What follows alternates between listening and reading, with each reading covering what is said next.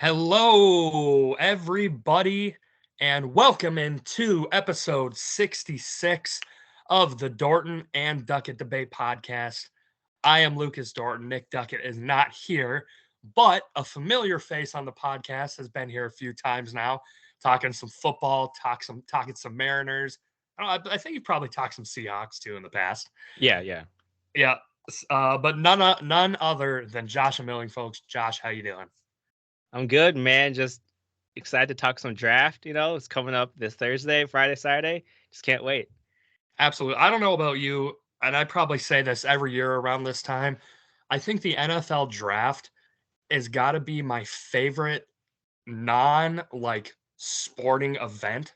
And heck, even up there with some sporting events, it's got to be like top five for me. I don't know. Even though my Dolphins only have a first round pick this year, I still feel like a kid on Christmas Day. What about you?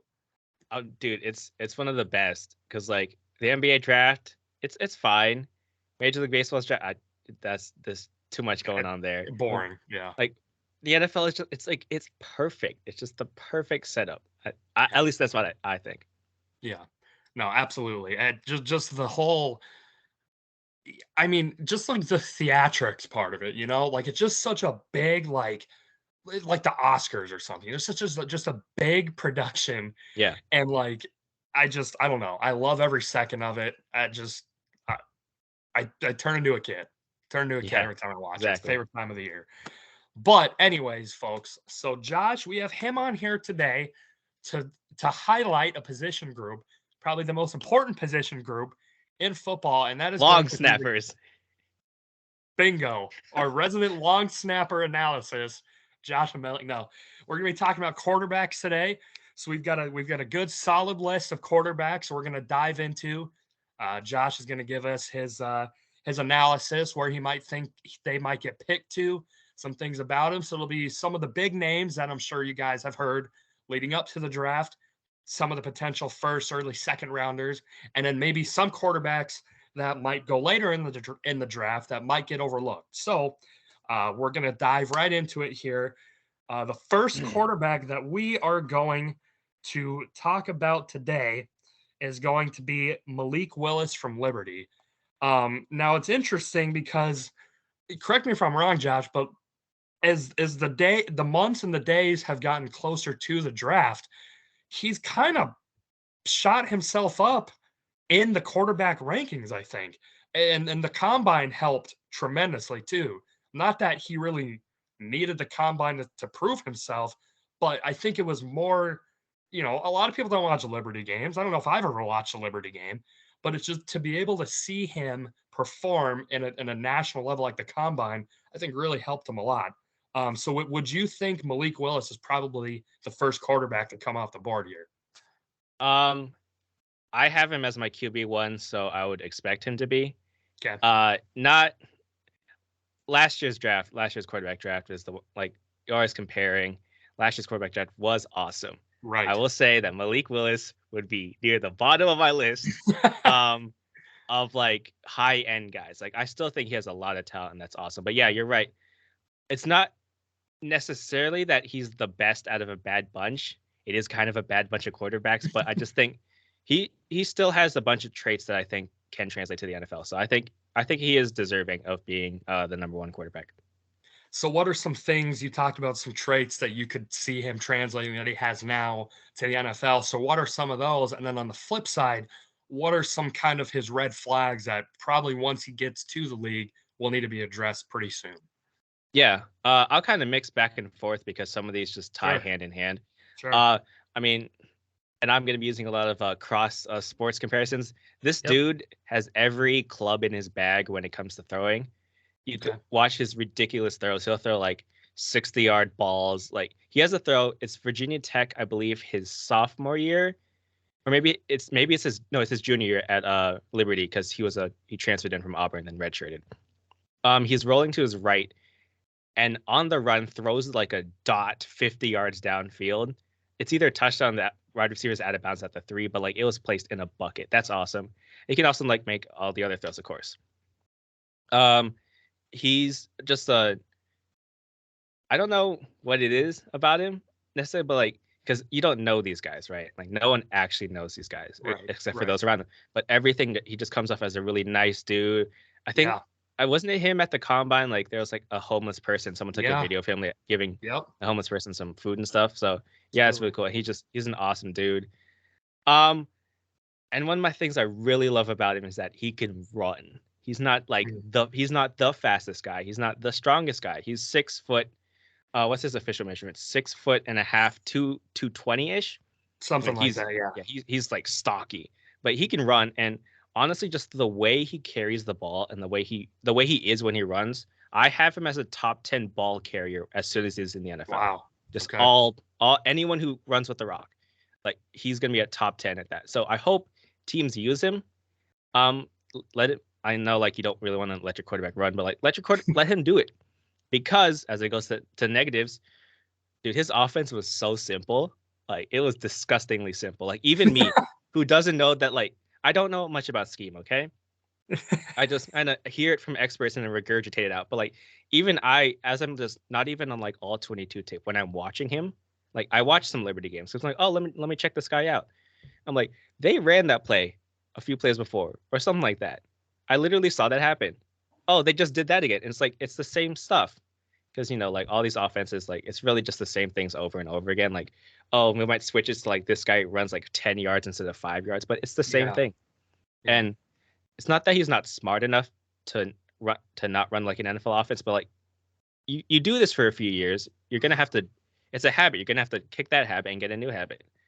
Um, and then when it comes to his throws, I mean, there's sometimes when, again, I said he's got some great throws, and then he has some other throws where it's like, oh, dude, what are you doing? I classified him as the peak whoa quarterback, as in you go, whoa, that was awesome, or you go, whoa, what was that? Because he'll throw like again a 30-yard out route opposite hash. In college the hashes are wider, throw in Yep. those perfect. The very next play on a slant, he'll like airmail this dude or throw it at his feet, and you go, what happened? What was that? What are you doing? And again, all these things I think are fixable. Okay, a lot of these things, it's like kind of like his mechanics with his feet, sometimes with his arm, just like trying to force it in there because again he has a cannon arm. And then sometimes he believes in himself too much and he goes hero ball, especially with the level of talent around him wasn't that great. And they didn't play great talent either, which is another knock, but he did all right against top talent. I have him here in 3 games in 2020 against Power 5 teams and one against the top group of 5 teams. He threw for 781 yards, 6 touchdowns, but 6 interceptions. Like they were Okay. great touchdowns, great interceptions. He also ran for 6 touchdowns and 347 yards. Wow. And then 2021 against 2 group of 5 teams, really good group of 5 teams, and then 2 Power 5 teams, kind of similar stats. 845 yards, 6 touchdowns, 6 interceptions again. Ran for 2 touchdowns, 185. But like he's got the talent to play against these top schools. He's got the mindset. Again, just some of his throws that he throws they're just peculiar as to what happens. Right. And then again, like I said, the hero ball thing, he'll either go, I can run through these 5 defenders that are in front of me. Or he'll go, I'm going to stand in the pocket. The pressure's not going to get to me. I'll spin off these dudes. And then I'll run around and throw a dot, which he can Yep. do. Yep. Or it'll be a disaster. And then another thing, and this might just be like college football politics too. He didn't beat out Jared Stidham or Bo Nix for the Auburn job. Not saying those guys were bad college quarterbacks. They're decent college quarterbacks, Yeah. but if Malik's supposed to be QB1 in the NFL and he can't beat those guys, I don't know. But once again, I think all of his negatives are fixable. Again, like people want to point to, oh, look at what Josh Allen did. Look at what even though Lamar Jackson was pretty good when he came in already. Look at what all these physical guys came in. They were dropped into good situations. So I hope for Malik and basically all the quarterbacks in this draft, I will be repeating this again and again. I hope they go to a good situation where they can sit and learn, or just like as soon as they get to a place, it's just a stable organization, because these are fixable things. They're not like, it's not like no offense to Tim Tebow, but like, dude, Tim Tebow, no matter what he did, like he just didn't have accuracy. Malik has it. It's just sometimes he'll just be out of whack. Sure. So I just hope he goes, get some work. And that's why I love him. Like I've been loving him. I remember hearing about him at Auburn and like seeing like some highlights. I'm like, I think this guy could be good. And he transferred to Liberty, and now he's good. Um, so yeah, that's why he's my QB1. And again, I'm really excited about all these guys. But then again, compared to and compared to most classes, honestly, Right. I wouldn't have him in the first round or anybody. But in this class, yeah, he's my yeah, he's QB1. There's not like QB1 and the QB1A. He's my QB1. Okay. Yeah, obviously you talked about a lot of his athleticism too, with running the ball as far as his accuracy. Rushed for 2,131 yards and 29 touchdowns, which, considering the amount of time that he has been playing, mainly a starter, compared to other quarterbacks, is not a lot of time. So to be able to rack up that amount of just rushing yards definitely shows his athleticism. I think it definitely another thing too, and you kind of mentioned it without saying the word, but I think it's probably fair to say that he is. Although it's kind of funny to put these two in the same sentence, but with him being the QB1 in this class, I think he also probably has the most upside too Yeah.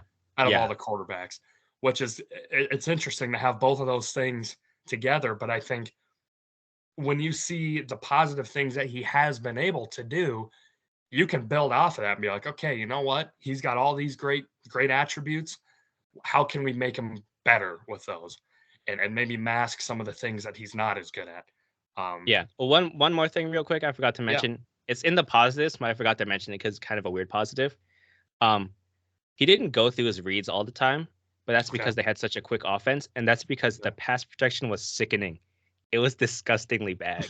Like even though again they played against lower competition for the most part, even then, like he was getting free rushers or dudes. There's a player, remember, the guard got bowled over into the right guard got pushed into his face. The left Mm, tackle just like whiffed. And so there's just two dudes coming right at him. It's like, oh dear, what are you supposed to do? And he still like got the throw off somehow. I think it was incomplete, but he got it off. So okay. yeah, just when he gets to the NFL, even if it's as bad as the Bengals, at least they'll be competent offensive linemen, Yeah. hopefully. Yeah. Yeah. Yeah. You sure hope so. And obviously, you've kind of alluded to that.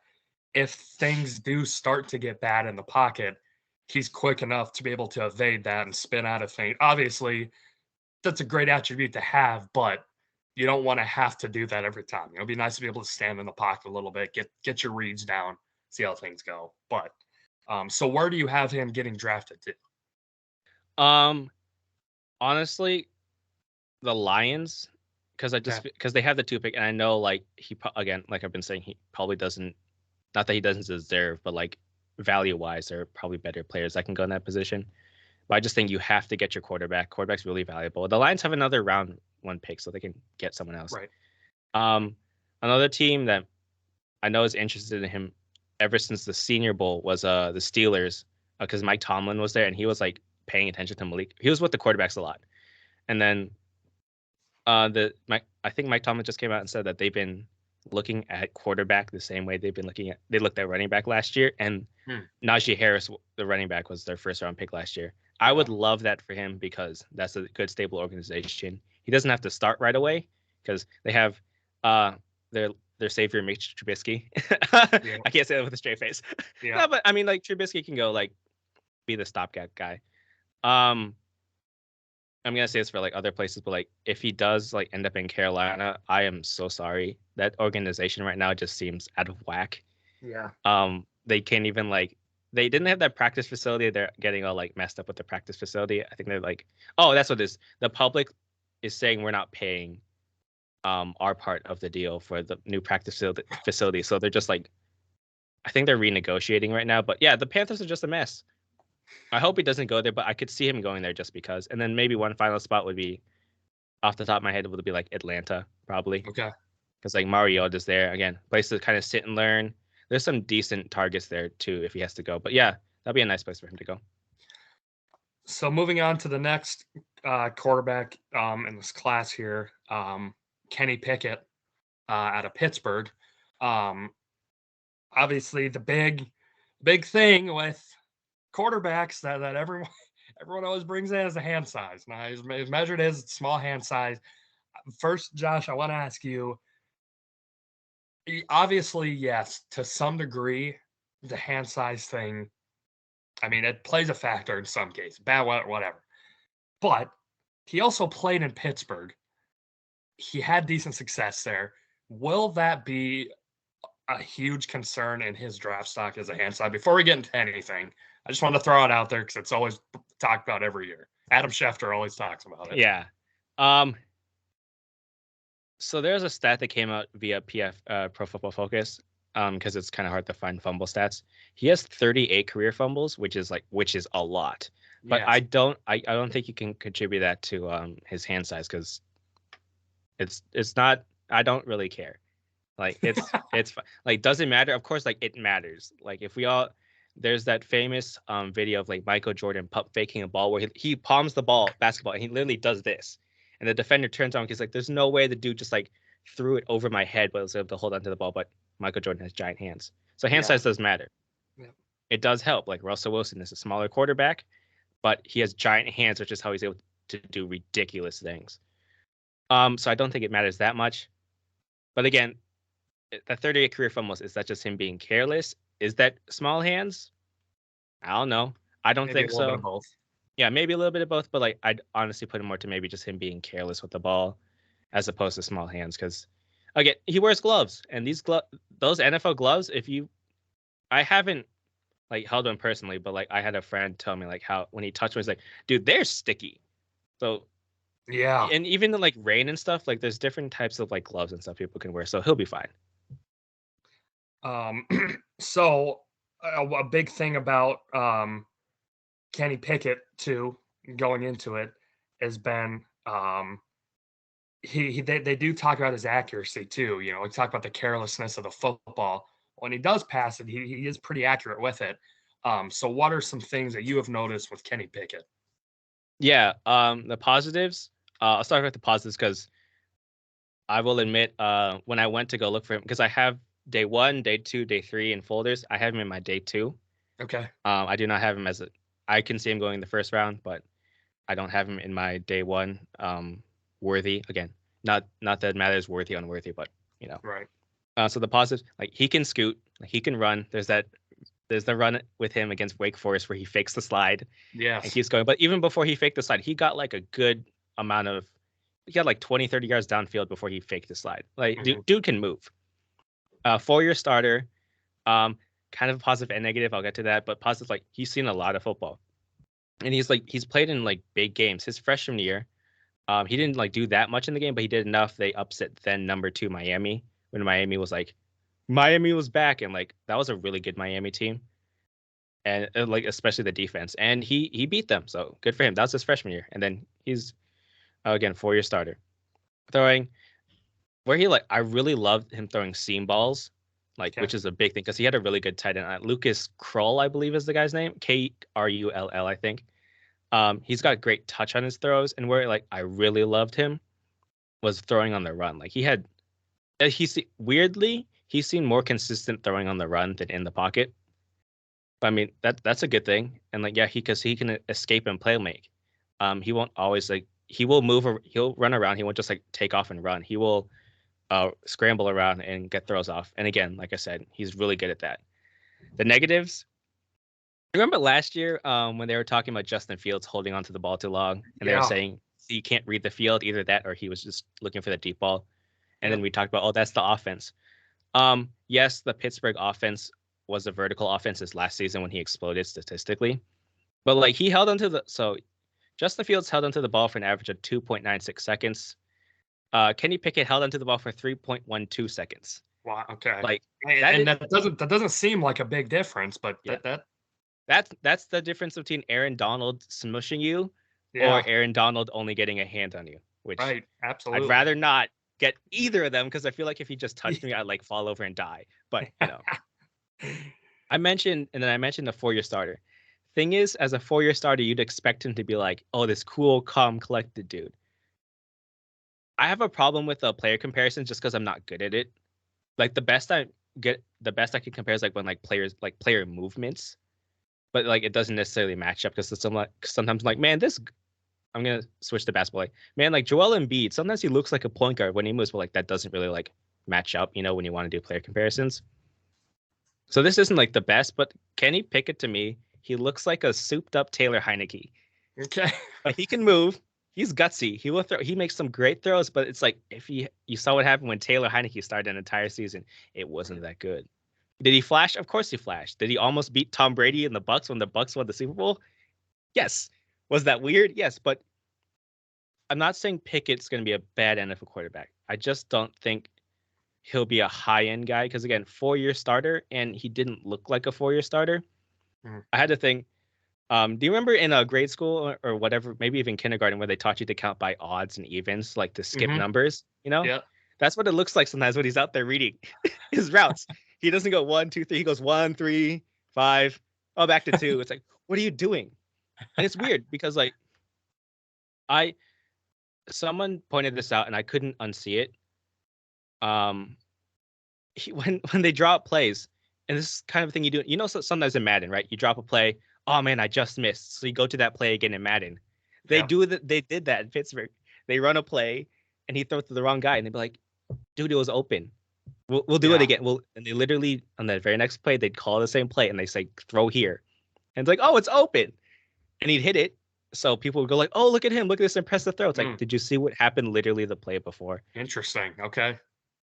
And then one of the things, like, again, I mentioned him throwing it is great in the pocket. It was so weird because like he'll throw off his back foot a lot. Sometimes he doesn't step up into the pocket. He'll just kind of drift. Patrick Mahomes had this problem. Well, Patrick Mahomes is Patrick Mahomes, but Mahomes had this thing where Mahomes would like start in the pocket, then he'd like drift and just keep drifting back till he was like 15 yards behind the line of scrimmage. But he can do that because he's Mahomes, and he was like that offense. The Chiefs' offense is just kind of like, oh, just let Mahomes just like buy time and Tyreek's down there somewhere. Yeah. Kenny Pickett can't do that because he doesn't have like a super strong arm. He's got a decent arm. Okay. Like I said, with seam balls, he's pretty good, and that's hard to rip a throw down the seam. And then just sometimes, I don't know what it was, and it's not that he's inaccurate, or like nothing looks wrong until the ball like gets to the receiver, as in it doesn't get to the receiver. Like his base will look fine, the throw will look fine. Maybe some things are a little out of whack, and again, I'm not a super expert, but like I can see when the ball's 5 yards off, and not just like ahead of guys, like it's out of bounds. Yeah. It's weird. I don't know what it is, and it happened a lot. So again, could he go in the first round because this is a bad quarterback draft? Yes. Would I see him in the first? Would I want him in the first round? No, I don't want him in the first round. Honestly, I don't want him in the second round. But he did, and yes, he did have a better offense, better wide receivers, and everything his last year, and maybe that contributed a lot to his explosion. But there is quality again in a 4-year starter, flashed, and there's nothing wrong with a souped up Taylor Heineke. No. Another comparison too, when talking about all those things that I thought of, is Andy Dalton. Oh yeah, that's a good one. Andy Dalton, is he the most athletic guy in the room? No, but is he going to lose you because he can't move in the pocket? No, guy's the athletic quarterback. We've seen Andy Dalton have times where,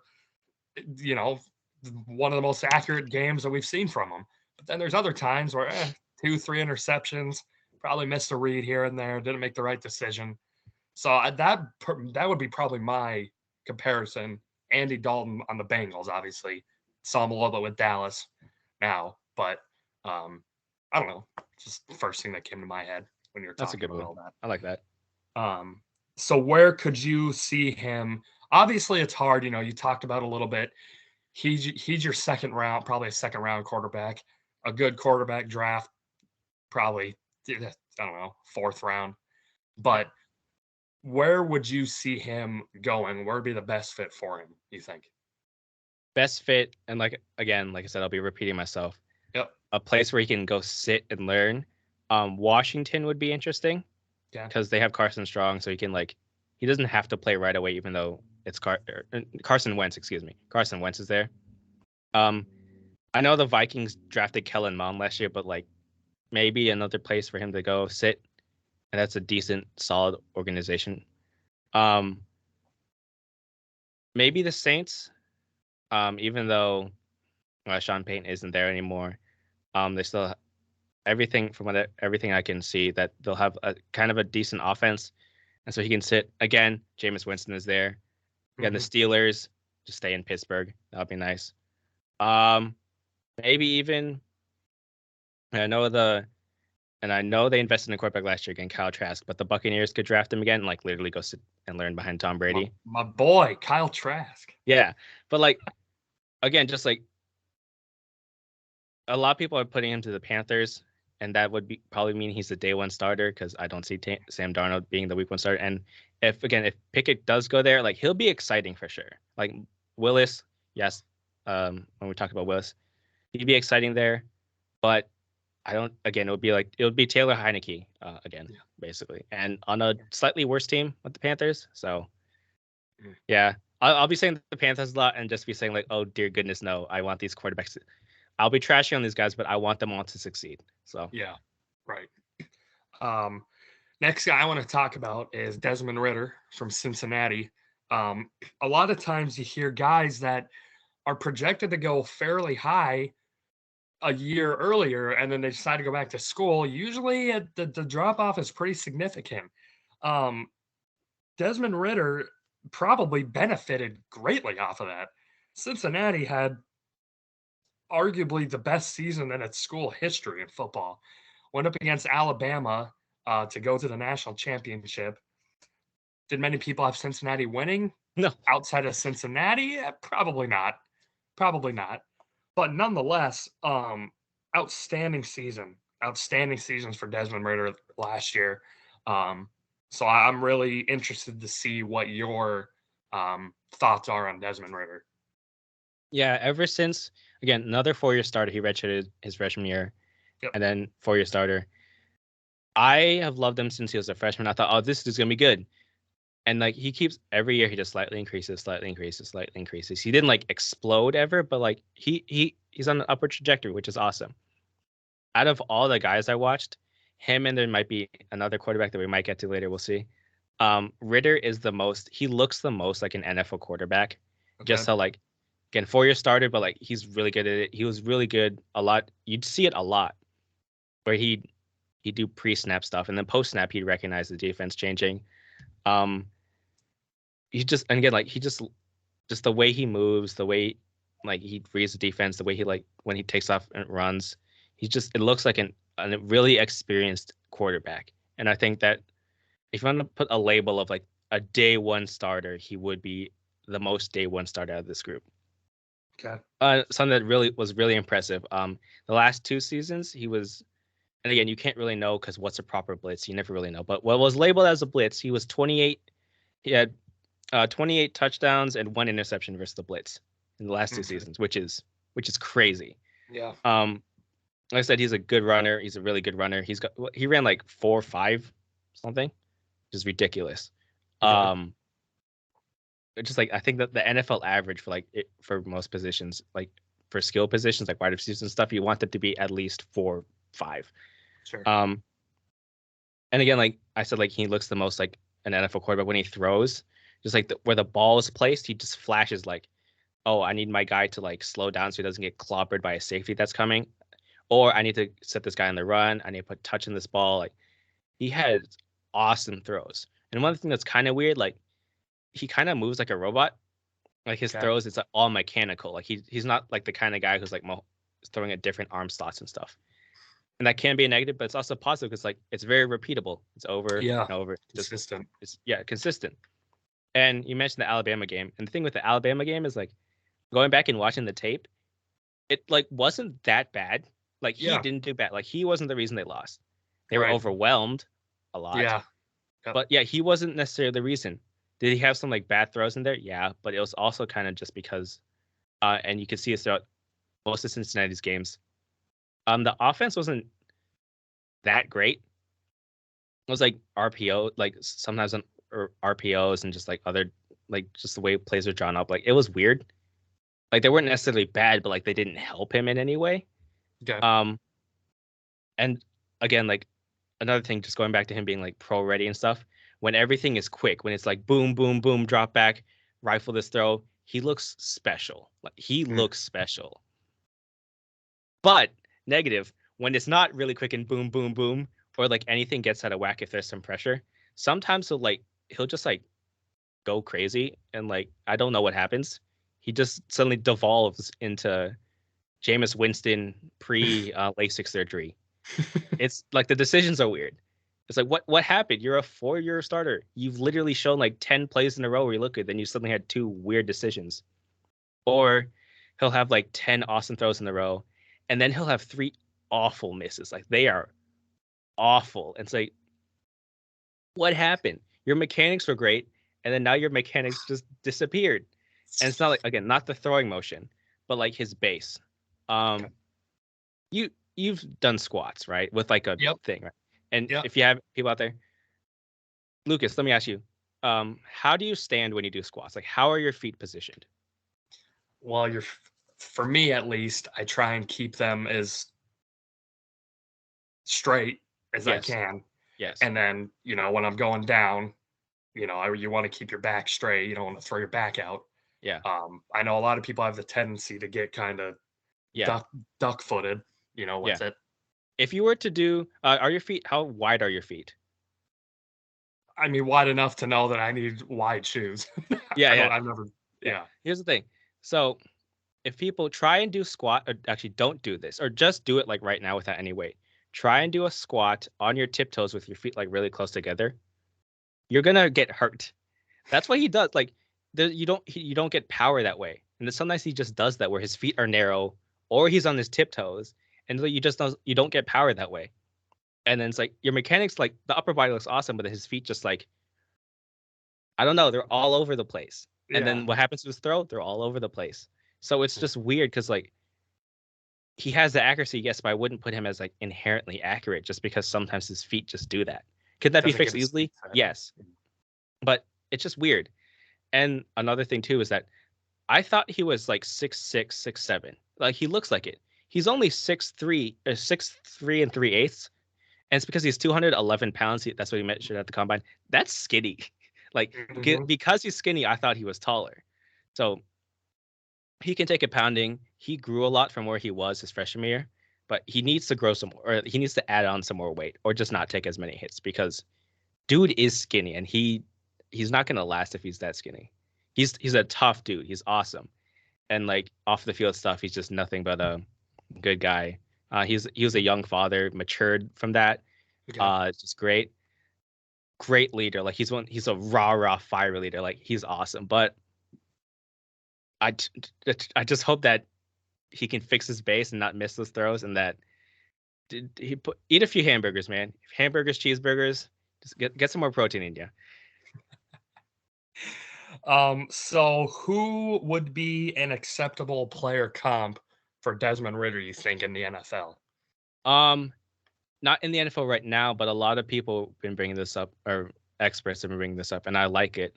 As Alex Smith, kind of Okay. mechanical in his throwing, but a sneak air quotes sneaky athlete. Like they can both run, or they could run, or Alex Smith could run. Smart, just really heady players. Like they won't do anything like that crazy. They won't be like, oh, it's triple coverage, let's throw it for the Yeah. most part. Right. And yeah, just will he be like can I think he'll be better? Or will I think he'll be better? I think he can be. Okay. I think he's got the ceiling to be better than Alex Smith was, but like I think at the worst he'd be like low end Alex Smith, which isn't like that bad. That's pretty good. Yeah. Oh, yeah. If you're compared to Alex Smith, shoot, I'll take it. I'm fine with that. Now what team do you think would be the most likely to draft him? Yeah, once again the Panthers would be that's again a good spot. And again, like I think it wouldn't be the worst for him because I've been railing on the franchise, but again, he's the most air quotes pro ready. If you want to again put that label, I don't really like that label, but we'll use it here. I think he could survive. The Seahawks would be one because I think the Seahawks have been connected to him a lot, and again, just it's a there are good pieces of places. Tyler Lockett and DK Metcalf, so he has pieces to throw to. Um, Maybe again Washington. I mentioned Washington, but yeah, I can see him being a higher, like first first half of the first round kind of got like him and Malik Willis. Could I see him fall? Maybe. Could I see all these guys fall? Honestly, maybe. But Yeah. again, quarterbacks. Again, 4 year starter, but really good starter all those 4 years. Pretty consistent, good dude, accurate for the most part. Yeah, I could see him, and I do have him in my first round. So Okay. Okay. The next guy I want to talk about, Ole Miss quarterback Matt Corral. This is a guy that first starting out, the team struggled. They did not do very well. I believe went to 4-8. His first year starting, and then after that, Lane Kiffin was hired. We obviously all know his successes in the past that he's had with players, his offensive mind, and instantly got better. And then the more the seasons went on, the better Matt Corral got. And then this season went to a 10-win year. He had completed 67, almost 68% of his passes, which is unreal. Passed over 3,300 yards, 20 touchdowns, and only 5 interceptions, also rushing for 614 yards as well. He was going to play in the Sugar Bowl against Baylor, but got hurt super early in the game, which, is a question some people talk about. Should you play? Should you not play? At the end of the day, your decision. Do what you want. It's your career. So what are your thoughts on Matt Corral? I'm gonna steal a comparison here, but like he is the epitome of a college quarterback. Like Okay. like an elite one. Like because again, he was awesome. He was awesome. Well, the chances to the NFL, I don't know. I'm gonna automatically just jump into the negatives because yeah, you mentioned his success with Lane Kiffin there. One of the things with Lane Kiffin though is that he will figure out what you're good at and like he will stick to it. Yep. But he's also got his own system built in. Like it will change here and there. But his thing is that it's a lot of RPOs and a lot of screens and a lot of short passes, like a lot of them, and like quick. And this isn't like where it's not like a quick like 3-step then like throw a slant. No, these are like if Matt Corral wasn't faking a handoff, it surprised me because it happened like basically every single play. Uh, I believe this is from this past season. On only 88 of his dropbacks were 3 to 7-step dropbacks that were like Okay. legit dropbacks. Okay. And there's a thing where on third down they would do like quarterback draws or they would do like short passes because they were setting it for fourth down. And yes, like analytically, like that kind of makes sense. And some people are like, yeah, that makes sense. But like, if you're a quarterback who was really trusted, would you be doing that on third down, or would you just like go for it on third down? You would probably just like play a conventional offense, you know, and like just try and get the first down on third down. But I do love him. Like 20 yards and in, he flashes just elite accuracy and ball placement. There's one throw where it could either be labeled as inaccuracy. I'll give him the benefit of the doubt. It's like a 3rd and 19. Receivers coming like running like a 20-yard in or whatever. Yeah. Safety's coming to just behead the dude. Corral throws it perfectly like into this tiny window behind the receiver to make the receiver like slow down, catch it, and so like the defender is not able to get a hit on this guy. Like great placement. And I'm giving him the benefit of the doubt because I saw him do that a lot on 20 yards and in. And he's a great runner. Like he's 6'1", 5/8", 212 pounds, but he runs like he's bigger. Okay. And he will like goal line and in. If at the NFL at the next level, if he's not used as a runner in the red zone or goal to go situations, you're not using him enough because he's elite there. That being said, he's not a big guy again, so he did get beat up a lot. They played Tennessee. He ran the ball 30 times, ended up twisting his ankle, kind of hobbled him. And you can see it a lot of times. Like he was getting smacked, and it would show. He'd stick in the game. He's a tough dude, but he can't run like he did in college. I mentioned the 20 yards and in because he does have a good arm. Like he can throw it deep, but it's just that he has to crow hop to do it. And like they teach it to crow hop when you're an outfielder in Right. baseball because like you have to get there. But like if you're a quarterback and you have to crow hop, it's not like the worst thing in the world. But he does it a lot, so it'll lead to varying degrees of success. He has some throws, beautiful deep balls, like over the top of two safeties, drops it in there, leads this guy perfectly. He has other deep balls where the dude's running like 5 yards open, and then he crow hops, and then he'll launch it 5 yards over the guy's head. And Mm. so he have the zip? He can.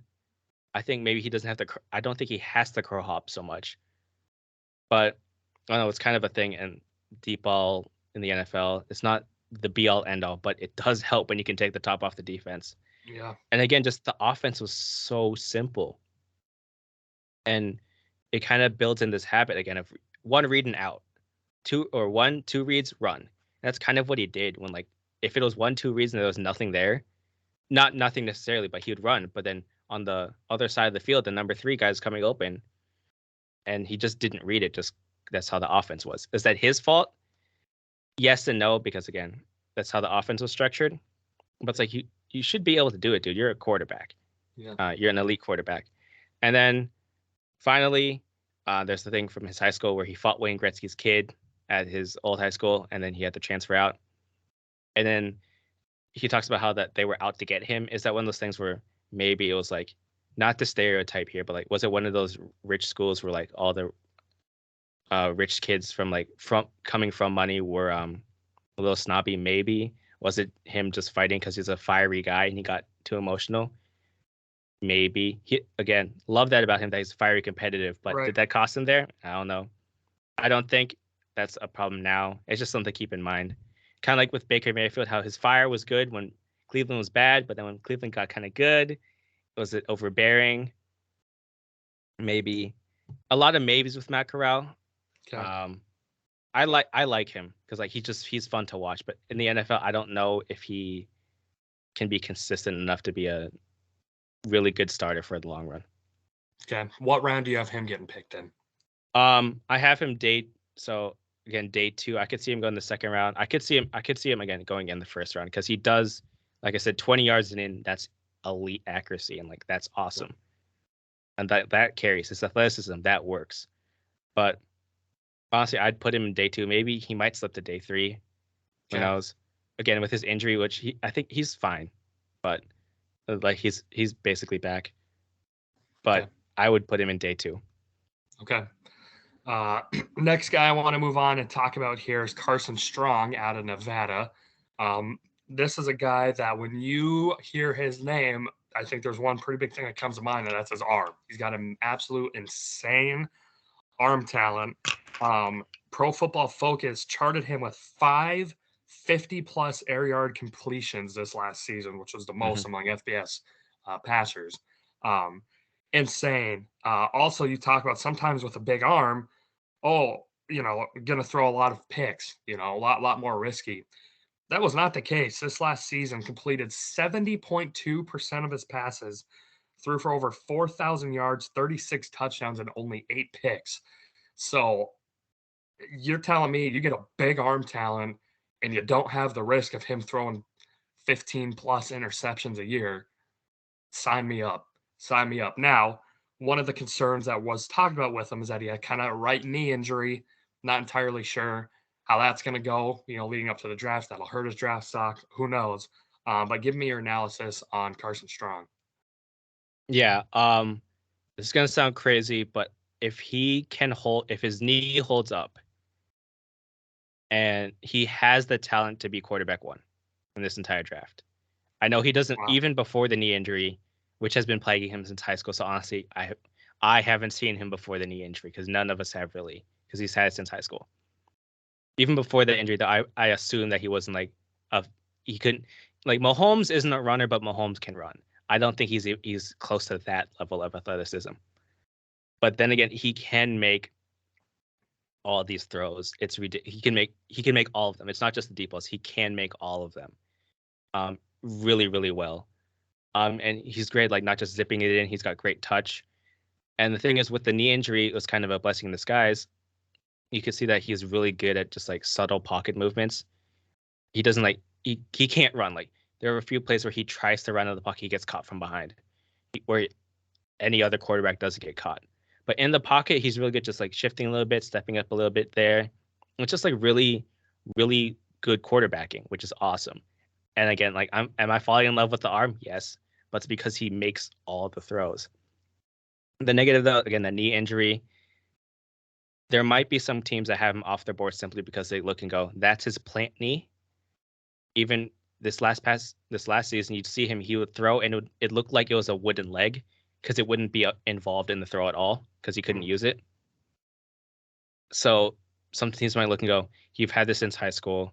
Yes, you did get surgery on it. He's had surgery on it multiple times.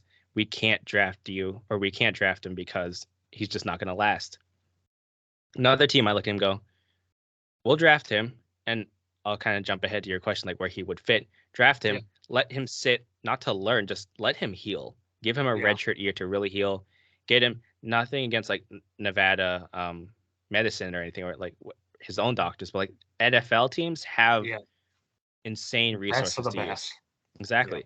So go heal up, and I think again, it sounds crazy, but if he can hold up, he could be QB1 or just really he could be the best quarterback in this draft. Again, a bad draft, but really good. Problem though, one big problem, and I think it's also again stemming from the knee injury, not letting him move. He would and believing in his arm too much, he would stay in the pocket sometimes, or he wouldn't throw the ball right away, or he wouldn't say, I gotta abort this play, just I gotta throw it out of bounds. Sometimes he stayed in the pocket like way too long. It's like, dude, just give up on the play. And then he'd take an unnecessary hit, or he'd force the ball in there and he'd get away with it. Like, it would just be like, just coming so hot. And defensive backs, like, if they could play offense, they'd be on the offense. If they could catch, and they wouldn't catch it. But I think, again, he's got a lot in his game that I like. But again, that knee injury, and I understand that, like, he's had it for a long time. But then again, he's a tough dude. He was not supposed to play this last season. His doctors saying, don't. And then he said, well, is it going to hurt any worse? Will it get any worse? And like, I mean, no. It's like, it's already as hurt as it can be. So he said, all right, I'm going to play, which is awesome. And I love that. Yeah. So where do I have him? I personally have him. I could see him going late end second round, third round. Okay. Most likely, though, with a knee injury, even if a team really loves him, he's probably going to go day 3. Okay. But again, he's got a lot of good traits, which are awesome. Like, is he a top tier athlete? Not even close. Like running, not even close to that. Do you need that in the NFL today? More often than not, teams would like it, but they can get away with it. Right. Obviously, you talked about his knee injury. Talk a little bit about that. A little piece from an article here that kind of dives into more about his knee injury. There's a lot of big medical words here, folks. So if I botch it, I apologize, but I'm going to try as hard as I can to get this right. But they said that an MRI revealed an osteochondritis discans lesion, which is basically his lateral femoral condyle bone. Where that is in the leg, don't ask me because I'm not going to be able to tell you. It's in the leg. It's in the knee somewhere. But it showed 70% detachment, which is an ailment that he has had unknowingly since he was 12 years old. And they said if the bone broke completely, it would almost certainly end his athletic career. Instead, he had 8 biodegradable nails put in just to mend the cracks, anything just to mend it. He's undergone multiple procedures, like you mentioned. Even after the 2020 season, he had one to clean up some cartilage, and last August to clean up some scar tissue, and even to drain the knee. Had a lot of procedures for that too. But yeah, like you mentioned, his father and a lot of team doctors, the big thing, they didn't want him to play, but he was like, one more year, let's do it with the boys, see what we can do here. So we'll have to see. So could you potentially, obviously we talk about Malik Willis probably having the most upside. Let's say best case scenario, his knee holds up, doesn't get hurt. Let's say he sits that first year. Obviously, I don't think it's ever going to be 100%, but gets to the point where the injury maybe isn't as big of an issue, if he can hold up, could you potentially see him being that QB1? Obviously, you kind of alluded it to a little bit over Malik Willis and the more upside with him. Yeah, Is pretty much the only thing holding him back that knee injury. If the knee was completely healthy, do you think he would be talked up there with Malik Willis? yeah. Like, of course, every quarterback has misses, but like Carson Strong's misses weren't like criminal. Like all the other every single quarterback in this draft, except for him, had like really bad misses. Like, I does he have some again? Like I said, decision making because he trusts himself too much? Yes. Like it was, oof, it was bad. It was bad sometimes, but those are honestly few and far between. This again, the knee injury that's a huge concern, but those are things that like those are huge negatives, but they're not. If everything goes right, it's not as much.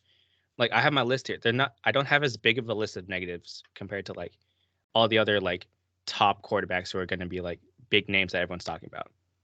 Again, he can't move. Like that should technically that's a negative because he's like not athletic. That doesn't really matter to me. So like from the top half, including the brain, including the arm, I have he would be QB1. Like if his top half was placed onto Malik Willis's, he would be talked about a lot better. Well, Okay. maybe not because Malik's base sometimes throws off the arm, but like Okay. yeah, like dude's good. Dude's really good. Um, he's I think it's just so much fun to watch. Yes, did you play at Nevada and like was a level of competition not that good? Yeah, but he still played up against good competition, and just he's good. Like I love him. He's awesome. But I will admit, yes, the decision making sometimes was a little head scratching. And does that sometimes carry over where just a guy just can't get the gunslinger out of him? Yes. Again, the knee injury, big concern. But yeah, I could easily see him being QB1 in this draft. Okay. Okay. Is a team willing to risk that? I don't know. We'll have to see how desperate they are and maybe to see where he does land, how the cards fall. Maybe he gets picked earlier. Obviously, we'll have to see. Next guy I want to talk about, North Carolina boy, Sam Howell. Coming out of high school, this guy was probably one of the most coveted quarterbacks coming out of high school. In his career, threw for over 13,000 yards and rushing over 3,500 yards at Sun Valley High School. Four-star recruit coming out of high school. Initially committed to Florida State, but ended up staying close to home and signing with North Carolina Tar Heels. Anyways, this is a guy that, again, has pretty good deep ball talent. And he has also played with some NFL talent too. In Javonte Williams, Michael Carter, Diami Brown being some of the main guys that he has played with that have had success in the NFL. Now, all those guys are really young, so they haven't had a chance to have their career blossom yet. But so far, young stars in the league for sure. So, what is your analysis on Sam Howell? Um, he didn't do himself favors because I'll explain. His freshman year, he came in and he looked awesome. He put up a bunch of great stats. North Carolina was pretty competitive that year. He just looked the part too. It was a lot like go watch his game against Clemson his freshman year. He would read the full field perfectly. He'd read his routes great, just great throwing base. He can make all the throws, and that flashed every single year he was in college. And then something happened where the next year, like he was still good, but it's like he didn't make the jump. That's weird. Like he was really good his freshman year. Then his junior year, he didn't make a jump again. Granted, his junior year, this last season, he lost that. He lost that. Blah, blah, blah. He lost a lot of that offensive talent that you alluded to. Yep. And his offensive line was awful. And a lot of people smarter than me said, "Man, that offense they run is disgusting. Like it doesn't help him. It's weird." And I noticed it a few times where, okay, sometimes on short routes, I understand there's maybe a little bit of confusion or just the spacing's weird, and that there's like two receivers in the same area. But there were consistent times where like 30, 40, 50 yards down the field, there'd be receivers in the same area. What is going on? It wasn't like verticals, like sometimes when you run 4 verticals, like guys are running side by side. There's one play where it's a play action, and there's the 2 receivers on each side, both run a post, and then they end up in the same spot. It's like, what are you doing? Why are these guys here? And I don't think it's on the players. I think it's on the scheme, because again, the scheme was weird. And like a lot of North Carolina fans were like, our offense is awful. They're awful. We're holding down Sam Howell. Sam Howell's better than this. Did he make up for it though? Yeah. Like he ran for 800 yards this last year. Is he like that? Is he as good of an athlete as Willis? No, not even close. But can he run? Like, yeah, he showed it. He has he had a run against Georgia Tech. Again, not like a premier school, but still D1 athletes. He ran for like 40 yards and like wasn't touched. Like he can scoot. And again, like I said, him and I said Strong had like the best arm, like accuracy arm, whatever. Howells has that too. Like, he has a cannon, and he has great accuracy, especially on like fade routes, which again he had a lot of NFL talent that he could just throw the ball up to. But it wasn't just like, oh, I'm gonna lob it out there. He would place it perfectly. It was awesome to look at. But then again, I don't know what happened. He just like, especially this last year, he turned into a gunslinger who would see one read and then panic if it wasn't working. He's like, I don't know what to do. And he just kind of run around and then like make a horrible decision. Yes, did he have bad talent around him? Mm-hmm. Was it the offensive system, kind of like Matt Corral, where it tells you if the first read, second read isn't there, you got to just run? Most likely. But again, like, just he turned from Cinderella, or not Cinderella. He turned from like the great carriage into a pumpkin. I don't know what happened. I don't know what it is, but he's a good dude. Like, there was like the whole thing where his stock fell in the season. Then as the drafts talk came up, people like interviewed him like, oh, he's a good guy. He's awesome. He's starting to creep back up. So I don't know, because he was a projected top 5 pick going into this last season. Yeah. Did he himself do things to make him where he is now? Yes. Like, he didn't play as well. Could also be the offense. Yes. I really don't know, because he's the weirdest prospect probably, because I don't know what happened to him. Sure. You kind of alluded to it a little bit. He led the nation in RPOs and go balls for this last year. Is that a bad thing? No, I don't think there's anything negative about that. If there's an NFL team that is what their offense is, their scheme is, he could fit very well in that scheme.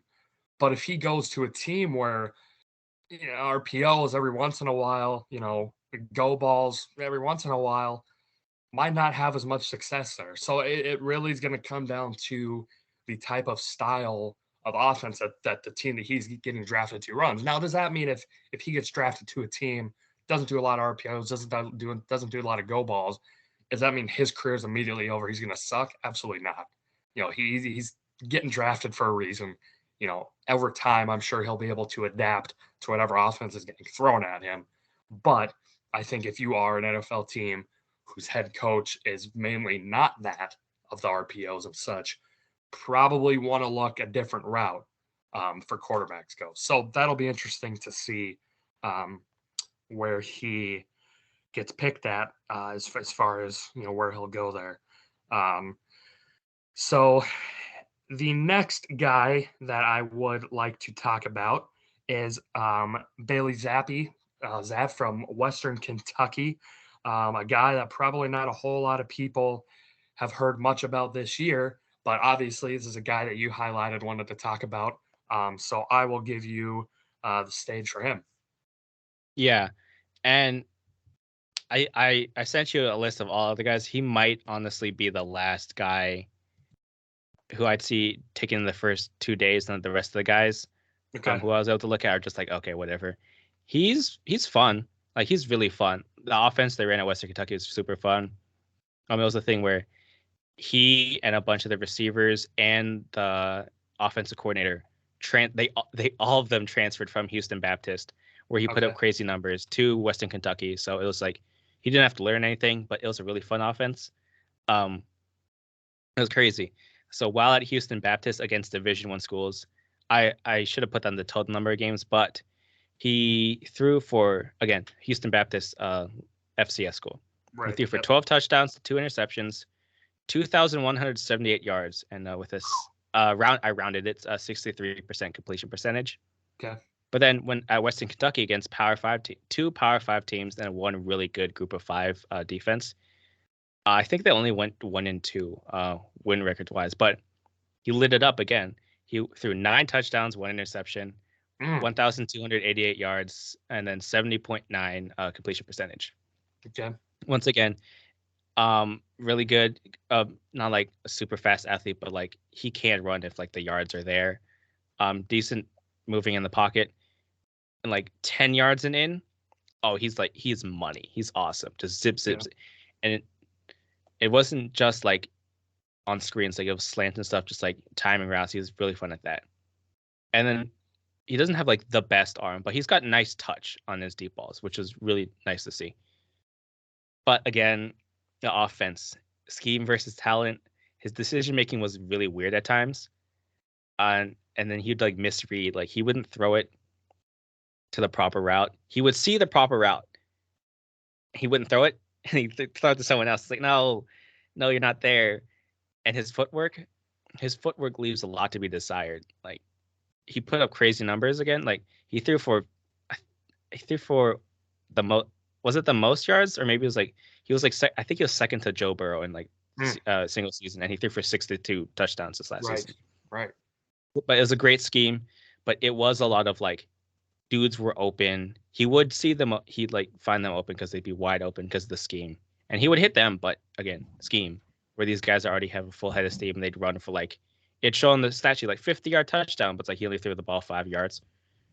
And then like his footwork was weird. Like it was just weird. So I know he's fun. I think again he'd be a really serviceable backup for a long time, which again isn't a bad thing. Yeah. I wouldn't stake your franchise on him, but yeah, I think he's certainly draftable because he did show a lot of great traits, and again, he did excel against higher competition, and like he's good, and he's just a fun. He's a fun like he was just so much fun to watch, and like I can't help but say like he's a fun dude. Someone should draft him, but taking my emotions out of it, yeah, he should be drafted at least. Like he's good. Okay. He's good. Obviously, if your name's in discussion of potentially getting drafted, you got some talent, but obviously someone's got to be towards the bottom of that list. And it sounds like it's him. Moving into the next quarterback out of Western Michigan, we have Caleb Ellaby.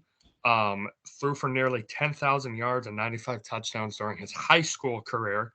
Received a few offers, but end up at Western Michigan. Started his college career as a backup, but then he started the final 5 games of the season where he completed 62% of his passes for just over 1,000 yards with 4 touchdowns and 3 interceptions as a true freshman too. So, pretty decent numbers when you put that into consideration. In his career, 45 touchdowns and 11 interceptions. A lot of things I've been hearing about him, really mechanically sound. Doesn't have a plus arm, but he does have good touch with the ball. So that can balance itself out. You don't need to have a plus arm if you got good touch. Sounds like he does. But what's your analysis on him? Yeah, I don't have that much to add. He's a good athlete, not like super fast, but he's like a good physical runner. There's a run. It's on a double reverse against Northern Illinois. If you guys can go find that, go look it up because he blocks. Like he legit blocks some dudes, and he's like lead block. He's not just like, oh, I'm gonna get in the way. No, I'm a football player. I'm gonna go put my hands on a dude, and like let you know, hey, get out of my way. So that's fun. His fourth quarter against Toledo in 2020 was awesome. They came back. They recovered an onside kick. He led 2 like game-winning or 2 awesome drives in the final minutes. But yeah, like his offense was kind of like Matt Corral's offense, where it's just like screens, RPOs, kind of simple. But yeah, I think he's got some good stuff. And like you said, like the touch was really good, which was impressive. Was it sometimes like very inaccurate? Yes, but I think he's a decent he's a decent quarterback. I like watching him. Do I think he could ever be a consistent starter at all? No, probably not. But no, he's pretty good. I like him. Okay. Next guy, moving on to EJ Perry out of Brown University. He won the Bushnell Cup Award, which is the top offensive player in the Ivy League.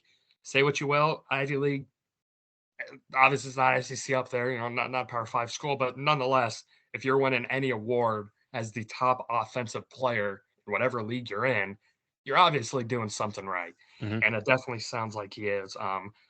Super smart quarterback. Obviously, going to an Ivy League school, you got to have the smarts part of it, Yeah. and that translates over to the football field as well too. Um, he'll knows the playbook. You send him, they said you'll send him the iPad before rookie camp, and he'll have it done and memorized before he gets there. So definitely shows that his commitment and willingness to learn could be a great valuable asset to any team that he's out there gets picked to potentially. But what is your thoughts on him? Yeah. Not too much that again. There's sometimes he was a little bit gunslingery. He Okay, was a D1 prospect. He did go to Boston College, then transferred down. So he right. does have that talent. And sometimes he would take chances because he was, for the most part, a better athlete than anyone else on the field. So sometimes his Okay, throws were awful. Um, but he's got a pretty decent arm. He's got a play where I was confused watching because I'm like, wait, what happened? Like the wide receiver was just wide open. So it was a wildcat where the running back took the snap and then ran forward, then pitched it back to the backup quarterback, and then threw it because EJ Perry was actually the wide receiver. I'm like, oh, mm, okay. And like Perry, like the defender just like missed because like it looked like a run, so the defender just like stayed there. But Perry didn't get tracked down. It was like it was a 64 or 70-yard touchdown catch and run where he caught it like 15 yards past the line of scrimmage and then didn't get tracked down. So like he's got good legit speed. Like I don't know, some team might take a flyer on him in the seventh round, but he's the guy who teams should definitely just like have on their team, even on the yeah, practice squad. Because I don't know, he's fun, and like he yeah, does again, he has some kind of talent there because he was um at Boston College for a year before he transferred down. So yeah, sure. just and again, like if people can go find that play, I tweeted it out on my Twitter account somewhere. Like it was so weird, but it was so fun. And again, he caught it. He looks like, if anything, maybe he can convert to a wide receiver. Sure, sure. Um, Also, another thing you kind of talk about, maybe taking a flyer on him, sixth, seventh round. Um, with him, I think it could be a valuable talking about his smarts part of it. That could be super valuable to any team, especially like maybe even a scout team quarterback. Obviously, you don't get drafted to be a scout team quarterback, but if you can go there and be able to see something and maybe he processes it better than the QB1, might not have the ability that the QB1 has, but if he's able to break that down, maybe help out, the defense that he's going up against and the scout team to help out, it could be a massive asset to any team. So obviously, like I said, you get drafted, you want to play, and he's going to compete to play. But if he is thrown in those positions, that could be a huge asset, almost like a coach that plays. It could be huge for that. Um, so the next guy we're going to be talking about is Brock Purdy out of Iowa State. He broke 32 school records over his time there. Um, One guy talked about his career as he will get drafted because he's a smart dude that made plays at Iowa State. That's a direct quote coming from an NFC executive. But they said, but he's very tiny, standing at 6 feet tall, 212 pounds. Um, Obviously, not throwing shade at small quarterbacks. They have Russell Wilson, the Steve Youngs of the world. Obviously, those are the best extreme cases from that, but obviously, sometimes that can pose an issue. Had a 71.7% completion rate last season, which was fourth at FBS, and he earned second team All Big 12 honors. So, what are your thoughts on Brock Purdy at Iowa State?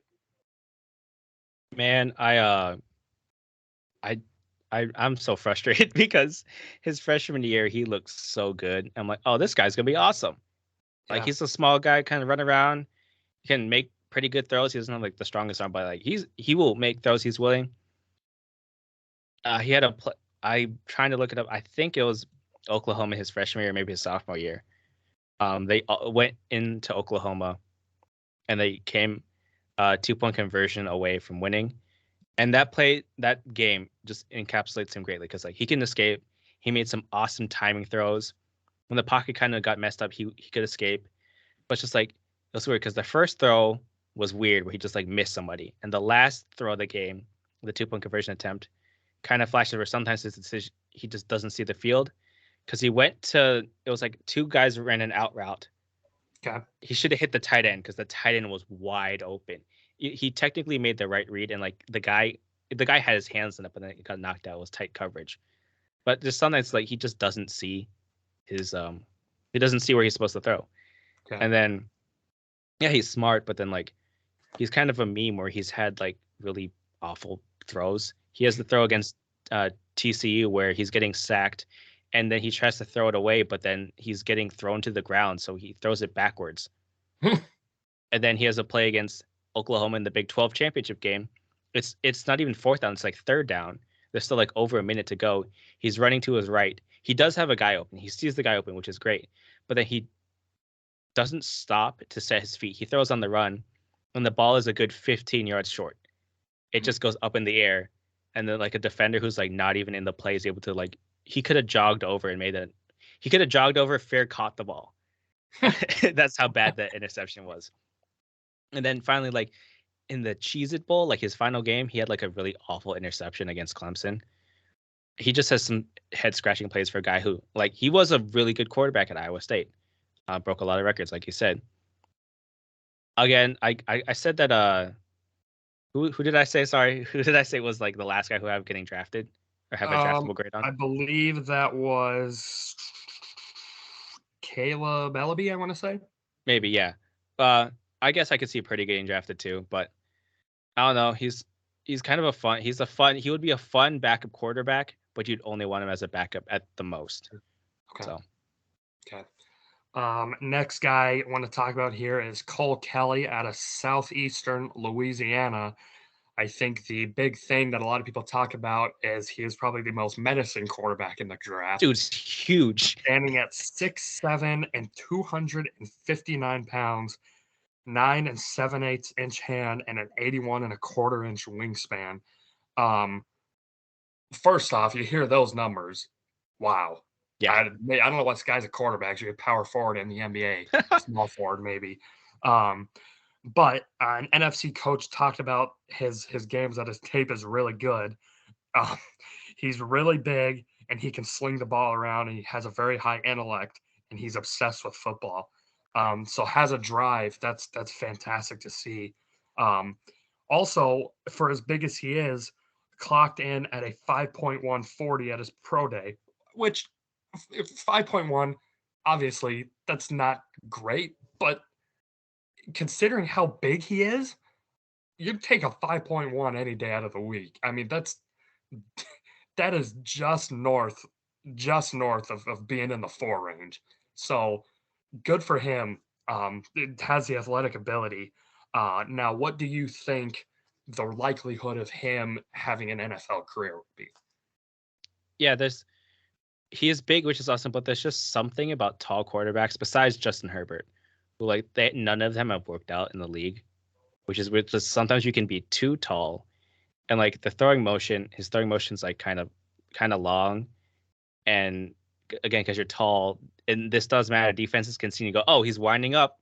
Yep. Another thing too is like he only throws fastballs, like it'd be a 5 yard, like a wide receiver is 5 yards away from him, and he'd throw it like right at their face. And the wide receiver would catch it, but it's like, my goodness, dude, take some off of it. Or sometimes, and because he throws it so hard, like it would be accurate, like it would hit the receiver, but the receiver would have to reach here, would have to lunge for the ball. Sure. The receiver's like running wide open. The receiver has to stop running. Mm-hmm. He's got physical tools. He's not and again, he's not a fast guy, but he does use his legs. There's a run, again, lower competition, but he like carried a pile like 10 yards. It was awesome. And yes, like his offensive lineman came and helped him, but like he did most of the work. Physically he's got a bunch of tools, which is awesome. He's a toolsy guy. It's kind of like a pitcher who can throw a fastball, like a 100-mile-per-hour fastball. Yes, you're gonna want him. Just let's get him. Let's see if we can do something with him. Would he be in the? I don't probably see him in the NFL, just because again he only throws fastballs. His accuracy is all over the place. But I don't know. He's got some stuff there. So the team should Okay. definitely at least like check him out. The next guy we're going to talk about is De'Aaron King out of Miami. His big thing is that he was a four-star recruit who kept Kyle Trask, former Florida Gator, now backup on the Tampa Bay Buccaneers, on the bench in high school. So he's a starter over Kyle Trask. That's a good QB room there, if you ask me. Um, they said he has the makeup. He's been productive, but two big red flags. Talked about it before. He's only 5'8", which especially for a quarterback, I mean, under 6 foot is like, okay, but 5'8", I mean, that's significantly smaller. And you talk about, well, shifty can move around, maybe he won't get as hurt enough. He's had season-ending injuries 3 of the last 4 years too. So that's obviously two very, very big red flags. The guy has the makeup, 4.6 speed. You know, he can do the quarterback things, but it's just a matter of will his height and weight allow him, because only 196 pounds, allow him to stay on the field. But what are your thoughts on Derek King out of Miami? Yeah, awesome playmaker when he was at Houston, especially because it's Houston, like level of Right. competition. While decent in the American Athletic Conference, wasn't the best, but he showed up really well. Transferred to Miami, and the thing was that yes, it's a better school or should be better school, but he was carrying the offense. Charleston Rambo's a nice wide receiver, nice slot guy, transferred in from Oklahoma, helped him out his last year. But King was the offense, so I'm not so concerned about the injuries because literally they were like, dude, just like do all the plays for us. And so he'd carry the ball, he'd be running out, he'd be throwing, he'd have to stand in the pocket sometimes because his receivers just couldn't get open. So I'm not too concerned about his physicality. I'm concerned about him just being a quarterback though, because he can't be a quarterback in the NFL. He just cannot be. He doesn't have the arm for it. Doesn't have the. He doesn't like really show accuracy enough to be a consistent quarterback. But his first 2 years in college, he was a really effective wide receiver and a really effective kick returner. He does have a kick return for a touchdown his career. And a lot of his highlights, if you watch, it's him when he's running the ball. He does want to stay at quarterback, is what I've heard throughout Okay. like the entire like offseason process. At like the Shrine Bowl, he insisted like I'm gonna be a quarterback. Like, I love that for him, dude. If he wants to be in the league, especially at his size, he he would be a lot better suited to be a wide receiver, and I think he'd be a good one too. It's just it's hard for guys, and I understand it. Like you're really good in college. You're good going growing up. Like you're at this one position. You got told to change. That's not easy for anyone. So I hope he does eventually transition or sooner rather than later, because I Okay. think he could be a special wide receiver. As a Okay. quarterback, though, I don't see it. Okay. Okay. Um, who is now this next guy? I have not heard much about him.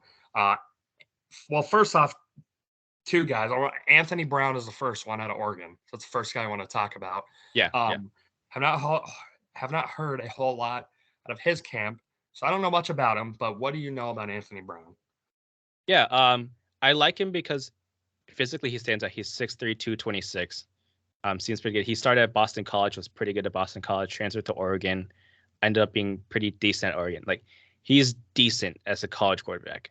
So that doesn't probably spell well for his NFL career, but like, he's got the physical tools. Again, big enough. He's a good runner. Uh, Pretty good throws on the move. But there were just sometimes the decision making was like I've been saying for a bunch of guys, it's been strange. He had to throw against Utah at the end of the half where he's running out of bounds and he should probably just like chuck the ball out of bounds to like throw it away. He throws it back across his body. He's basically like lunging out of bounds, throwing it back across his body, and it gets intercepted because of course it does. Hmm. Um, and his release is like, again, honestly, a quarterback release doesn't matter too much because like as long as you get the timing down, you're good. But like his release is really long. Like he drops it, and so is that consistent?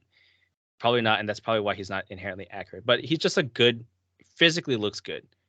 Has some plays, but I don't know if the decision making there, if it's there and the accuracy is there. But I don't know. He's been solid in college. So I don't know. Some teams should just maybe take a look at him.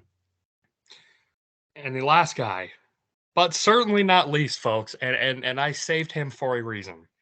It's because once Joshua Milling drops his Twitter handle at the end of this podcast, you will see why I have him last. The man's name is in his Twitter bio, his Twitter name. We're talking about Trey Ford Yep. out of the University of Waterloo, Yep. which is in Canada. Yes, sir.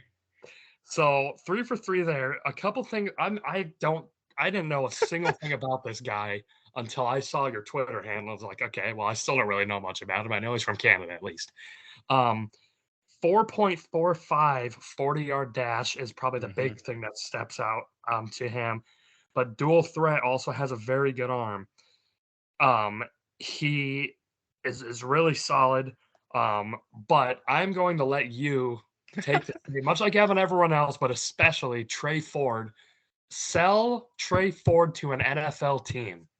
Yeah, well, here's the thing. I don't have to, because how I heard of him was, so I listened to the 3 Down Nation podcast, which is a Canadian football podcast, but they've been talking about Trey Ford for a while now. But in the past few months, I've been hearing from them, because Trey Ford, he worked out at the Buffalo, University of Buffalo Pro Day, because close enough to Canada, whatever. So he worked out there, and that's where he flashed at 4.4540, which would be the 4th fastest in combine history, by the way, NFL combine history. Wow. For reference, RG3 ran the fastest recorded, which was a 4.41, or yeah, 4.41. Or I might have had that mistaken, but yeah, that's the comparison. Good athlete. He's 5'11", 3/8, 192, so he's kind of small, but that means he can run. He's got a really good arm. Like, it's crazy how good he is. But the biggest thing I was mentioning with the podcast is that they're saying, yeah, a lot of NFL teams have been discussing him. They've been talking about him. Just like, yeah, he looks good. Again, that Buffalo Pro Day really helped, because after that, the talk skyrocketed because scouts got to see him. And he's been doing stuff. He went down to he was at the 2022 College Gridiron Showcase in Texas, where I heard his name in passing because I was kind of paying attention to that. I'm like, oh, Trey Ford, some guy from Canada. Oh, that's cool. A bunch of people said that he looked the part physically. Like, when he was throwing with all these other American quarterbacks, he looks like it. It's the kind of default comparison, but a lot of people are saying he's a quicker Russell Wilson. Okay. Like, he has that skill set. The problem, he played in Canadian football rules. Aside from having only 3 downs, your receivers are allowed to run from 20 yards deep before the snap. Okay. You play with 12 people. The field is wider, the end zone's wider. Like, there's just a bunch of differences in Canadian football. So at that College Gridiron, I talked about he struggled in live game action because it's different. It looks different. Right. And again, I mentioned him being a super athlete. Sometimes he would take the snap and just like start running, and it didn't look like a designed run because like his receivers would be running legitimate routes. And his release is like really, really long, which is weird. Like, it came out quick, but it was really long. So I don't see him being drafted at all. But the fact that NFL teams have been looking at him and been talking about him, and that he's legitimately, some teams gonna, I think sometimes at least gonna sign him. Maybe in even Buffalo, like the Bills, just because he was up there. He's got he's got the physical tools for it. Seems like a smart guy. The transition this isn't college basketball to the NBA. It's a like whole different league. It's just everything's so different. But yeah, this is a guy, I have him in my Twitter right just because he's super fun. He is so much fun to watch. So just keep an eye on him. Like, he has his own YouTube channel where he just uploaded like his all. It's not all 22, it's all 24 because the Canadian rules, 12 players on each side. But yeah, he uploaded his all 24, and like, he's a fun player to watch. Okay. So I like him. So that's my sleeper, QB sleeper, Trey Ford. Well, there we go. And as far as all the quarterbacks go, we've talked about them, Josh. But is there anyone else that you, maybe quarterback wise, that we missed, or just any other maybe positional group that you maybe have glanced over that you wouldn't want to highlight, or you think? You're good there. I'm gonna kind of cheat here. I was expecting something like that. I'm gonna cheat here. Ohio quarterback Amari Rodgers, pretty decently built, pretty athletic. He had a 99-yard touchdown, and it looks slow, but it's because he's a bigger dude. It's like the longest touchdown run by a quarterback in the FBS, and I think ever. I think this last season. Thing is, though, he's transitioning to tight end. At the Shrine Bowl, because I was kind of paying attention to the workouts. You just listen to people. You don't really watch the workouts because like what do I know, right? But a bunch of people saying like, oh, this guy's looking good. Like he is roasting Division 1 talent. Turns out that was the first time he'd ever run routes. Not like practice. Like it was the first time he'd ever run routes at all. He'd like not even like played catch where he run routes. He's a good athlete. He's just crazy. And some people were saying he could be like Mo Alley Cox. He could be like Julius Thomas. He could be like Jimmy Graham. They're just these athletes who didn't play the position, but he can do it. The thing is, though, that he has played quarterback and having that knowledge of like being a quarterback and knowing like how to run an offense, but now being at the tight end, he could like know where to spot up for a quarterback, how to run a route a certain way. And I'm not sure if he'll be drafted just because, again, there's like zero game tape of him besides like the Shrine Bowl or whatever of him being a tight end, but he's so good. And so I feel like that I would not be surprised if like teams, if you look up at the end of the year and you're like, this guy has 600 yards and 8 touchdowns. Who is this guy? Like he's that athletic and just that good at it. So Amari Rogers out of Ohio, quarterback technically, but tight end. Okay. Well, thanks for that, Josh. I appreciate you coming on the show. Yeah, you always provide so much just great insight. Obviously, usually have you on for more picks, but obviously sometimes life gets in the way and not able to do those things. Shoot, I didn't put out a podcast for about 6 months, and here I am coming back now. But anyways, again, really, really appreciate it. As always, did a fantastic job, especially in the quarterback group. It's probably the most looked at position when it comes to drafts. So it'll be interesting to see where these guys' career pans out. Maybe Trey Ford becomes the best of all of them and the future That Hall would of be Famer. awesome. And you can say that you're on the hype train before he was even drafted. So that's Hey, something jump to on look the forward join me. I'm not saying he'll be, but like he's just fun. If anything, you might see me in a preseason game at like against the fourth stringers, and you're like, this dude is dotting them up. Just hop aboard, everybody. Trey Ford, let's go.